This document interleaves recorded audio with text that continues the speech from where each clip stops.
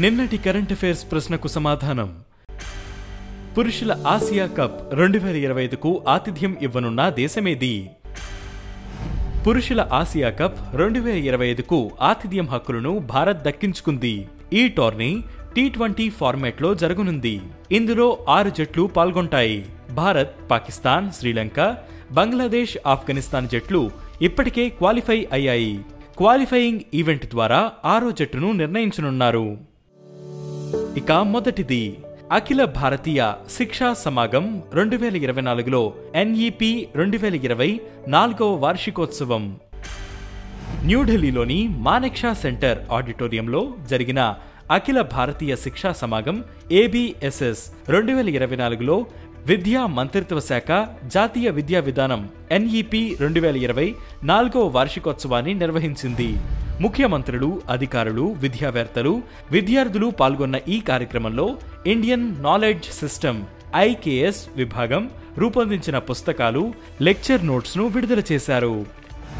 NEP 2020 ప్రధాన కార్యక్రమాలు: భారతీయ భాషలను నేర్చుకోవడానికి ప్రత్యేక టీవీ ఛానళ్లు, AICTE NITA ఆయోగ్, AIM ద్వారా స్కూల్ ఇన్నోవేషన్ మారథాన్, ఒత్తిడి తగ్గించేందుకు 10 బ్యాగ్లెస్ డేస్, 500 కంటే ఎక్కువ జాబ్ కార్డులతో కెరీర్ గైడెన్స్ మార్గదర్శకాలు, బ్రెయిలీ ఆడియో బుక్స్ లో national profession standards for teaching NPST, graduation విశిష్టత, వృత్తిపరమైన సామర్థ్యాలపై పుస్తకం. ఇక రెండవది పెట్టుబడిదారుల కోసం AI చాట్బాట్ సేవని ప్రారంభించిన సెబీ.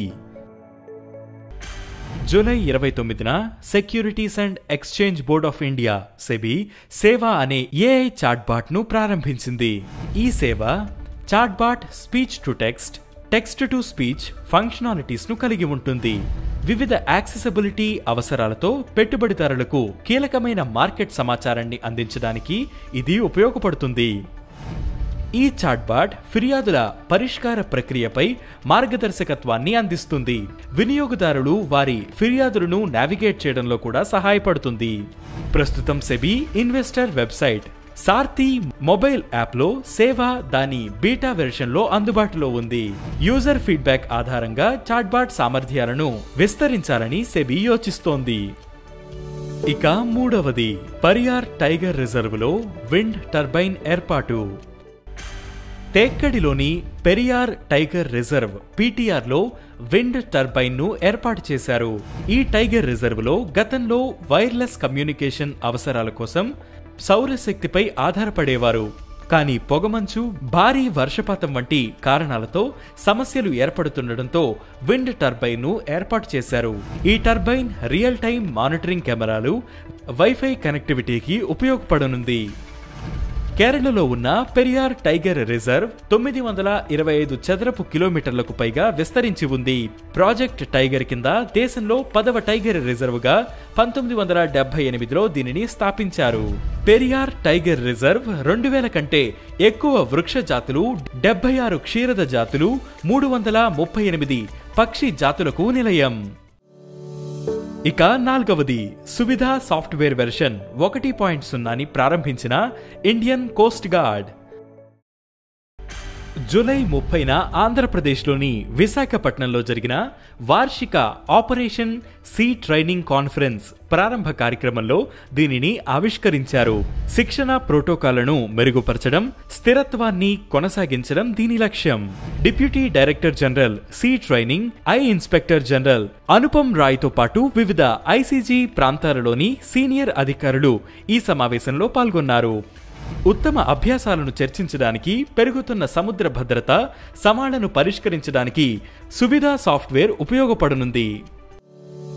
ఇక ఐదవది అతిపిన్న వయసులో ఇంగ్లీష్ ఛానల్ను ఈదిన పారా స్విమ్మర్గా GRI.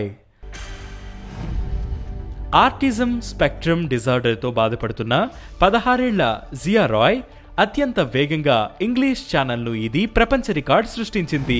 ఇంగ్లాండ్లోని అబార్ట్స్ క్లిఫ్ నుండి ఫ్రాన్స్లోని పాయింట్ డీలా కోర్ట్ డూన్ వరకు 34 కిలోమీటర్లు 17 గంటల 25 నిమిషాల్లో పూర్తి చేసింది. 2022 మార్చిలో శ్రీలంకలోని తలైమన్నార్ నుండి భారతదేశంలోని ధనుష్కోడి వరకు 24 కిలోమీటర్ల పాక్ జలసంధిని అత్యంత వేగంగా అతిపిన్న వయసులో ఈదిన స్విమ్మర్ గాను జిఆర్ఐ రికార్డును సృష్టించింది.